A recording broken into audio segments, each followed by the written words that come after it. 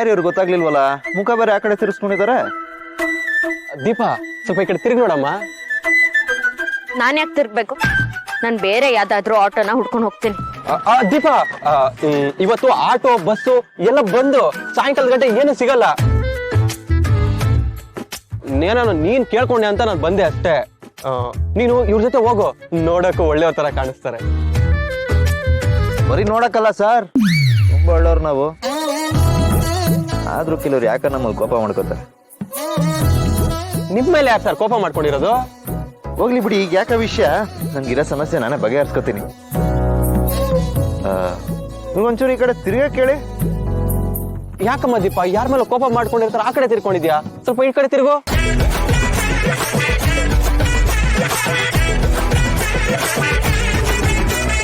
ಆಹಾ, ಸಾಕ್ಷಾತ್ ಮಹಾಲಕ್ಷ್ಮಿ ಇದ್ದಂಗೆ ಇದಾರಲ್ಲ ಸರ್. ನಮ್ ದೀಪ ಅಷ್ಟೇ ಸರ್, ಮಹಾಲಕ್ಷ್ಮಿ ತರ ಲಕ್ಷಣವಾಗಿರ್ತಾರೆ.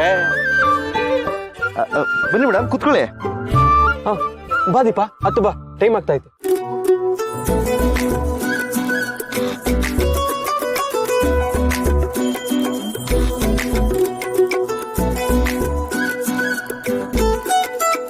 ಯಾಕೆ ಸರ್?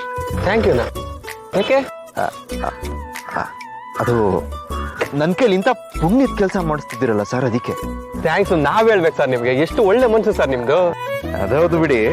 ಮಾತಾಗಿದ್ರೆ ಹೊರಡಕ್ಕೆ ಹೇಳಿ. ಹೊರಡಿ ಟೈಮ್ ಆಗ್ತಾ ಇದೆ.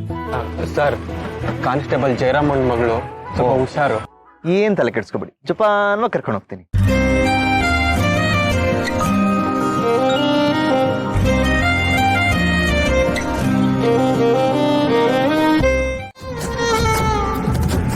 ಸರಿ, ನಿಮ್ಗೆ ಈ ಪ್ರೀತಿ, ಲವ್, ಇದ್ರ ಬಗ್ಗೆ ಏನ್ ಅಭಿಪ್ರಾಯ? ಅದನ್ನೆಲ್ಲ ನಾನ್ ನಂಬಲ್ಲ. ಅದ್ ನಂಗೆ ಯಾವತ್ತೂ ಸತ್ತೋಯ್ತು. ರೇ, ಏನ್ರಿ ಹಂಗ್ ಮಾತಾಡ್ತೀರಾ? ಪ್ರೀತಿ ಯಾವತ್ತೂ ಸಾಯಲ್ಲ, ಅದ್ ಯಾವತ್ತಿದ್ರು ಅಮರ ಮಧುರ. ಕೊನೆಯಲ್ಲಿ ತ್ಯಾಗನೂ ಇದೆ ಅಂತ ಮರಿಬೇಡಿ. ಎಲ್ಲಾ ಲವ್ ಸ್ಟೋರಿನೂ ಏನ್ ತ್ಯಾಗದಲ್ಲಿ ಎಂಡ್ ಆಗಲ್ಲ ರೀ. ಎಷ್ಟೊಂದು ಹ್ಯಾಪಿ ಎಂಡಿಂಗ್ ಲವ್ ಸ್ಟೋರಿನೂ ಇದೆ. ಅದಕ್ಕೆ ನಿಮ್ಮಂತ ಪ್ರೀತಿಸೋರು ಸಹಕರಿಸ್ಬೇಕಷ್ಟೇ. ಏನಂದ್ರೆ? ಏನಿಲ್ಲ ಬಿಡಿ, ನೀವು ನಿಮ್ಮ ಅಭಿಪ್ರಾಯ ತಿಳಿಸ್ಲಿಲ್ವಲ್ಲ, ಅದೇ ಬೇಜಾರು.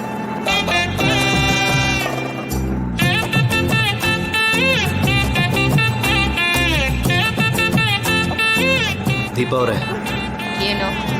ನಿಮ್ಮ ಹತ್ರ ಏನೋ ಹೇಳ್ಬೇಕಿತ್ತು. ಏನ್ ಹೇಳಿ?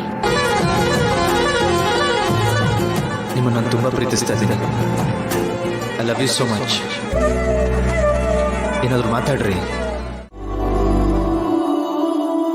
ದೀಪ ಅವರೇ, ನೀವು ನನ್ನ ಮೇಲೆ ಬೇಜಾರು ಮಾಡ್ಕೊಂಡ್ರು ಪರವಾಗಿಲ್ಲ, ನನ್ನ ಮನಸ್ಸಲ್ಲಿರೋದನ್ನ ಈಗಲೇ ಹೇಳ್ಬಿಡ್ತೀನಿ. ನಿಮ್ಮ ಮೇಲೆ ನನಗೆ ಅದ್ವಾತದ್ವ ಲವಾಗ್ಬಿಟ್ಟಿದೆ.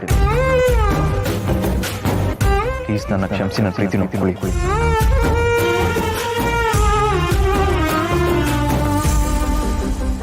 ಪ್ಲೀಸ್ ದೀಪ ಅವ್ರು.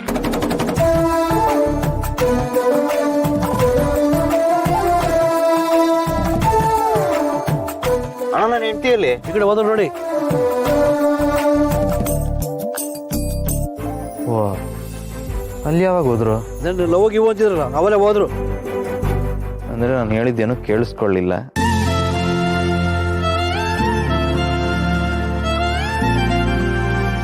ತಗೊಳ್ಳಿ.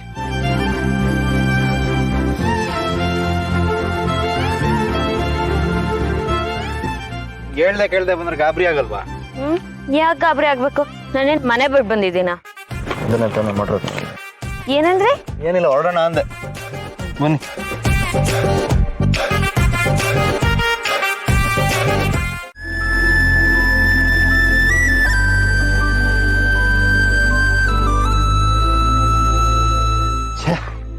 ಆಫೀಸ್ ಇಷ್ಟು ಬೇಗ ಬಂದ್ಬಿಡ್ತಲ್ಲ. ಏನಂದ್ರೆ? ಏನಿಲ್ಲ. ನೋಡಿ, ನಿಮ್ಮನ್ನ ಹಿಡ್ಕೊಂಡೆ ಅಂತ ಏನೋ ಅನ್ಕೋಬಿಡಿ. ಏನಾದ್ರೂ ಅನಾಹುತ ಆಗ್ಬಾರ್ದು ಅಂತ ಹಂಗ್ ಮಾಡ್ದೆ ಅಷ್ಟೇ. ಅನಾಹುತ ಸುಮಾರು ದಿನ ಆಯ್ತು. ಏನು? ಏನಿಲ್ಲ, ನಡೀರಿ. ನಾನ್ ಬರೋವರೆಗೂ ಇಲ್ಲೇ ನಿಂತ್ಕೊಳ್ಳಿ. ಏನೇನೋ ನೆಪ ಇಟ್ಕೊಂಡು ನನ್ ಹಿಂದೆ ಬರ್ಬೇಡಿ.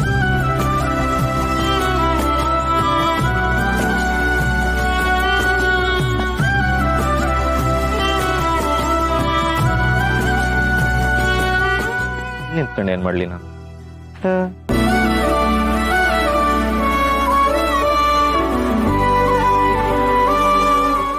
ಸರ್ ಸರ್ ಸರ್ ಒಂದು ನಿಮಿಷ ಸರ್ ಅಯ್ಯೋ ದಾರಿ ಇಡೀ ನಂಗೆ ತೊಂದರೆ ಕೊಟ್ಟಿದ್ದು ಹಾಲ್ದ ನನ್ ಇಲ್ಲಿಂದ ಬರಬೇಡಿ ಅಂತ ಹೇಳಿದೆ ತಾನೆ ಹೇಳಿದ್ರಿ ಮತ್ತೆ ಯಾಕೆ ಬಂದ್ರಿ ಏನಾದ್ರು ಹೆಚ್ಚು ಕಮ್ಮಿ ಆಗ್ಬಿಟ್ರೆ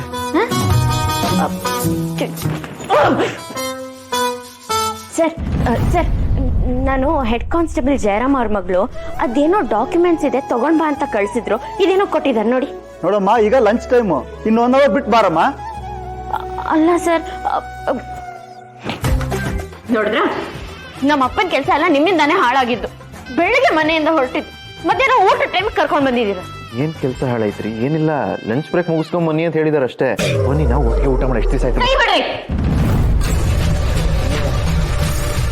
ಮೆತ್ತಗ್ ಮಾತಾಡ್ರಿ ಎಲ್ರು ನೋಡ್ತಾರೆ ನೋಡ್ಲಿ ಬಿಡಿ ನಿಮ್ ಬಂಡವಾಳ ಏನು ಅಂತ ಎಲ್ರಿಗೂ ಗೊತ್ತಾಗ್ಲಿ ಹಾ ಇದು ಆಫೀಸು ನಿಮ್ ಪರ್ಸನಲ್ ವಿಷಯ ಏನೇ ಇದ್ರು ಒಳಗಡೆ ಹೋಗಿ ಮಾತಾಡಿ. ಹೋರಿ ಊಟಕ್ಕೆ ಹೋರಿ.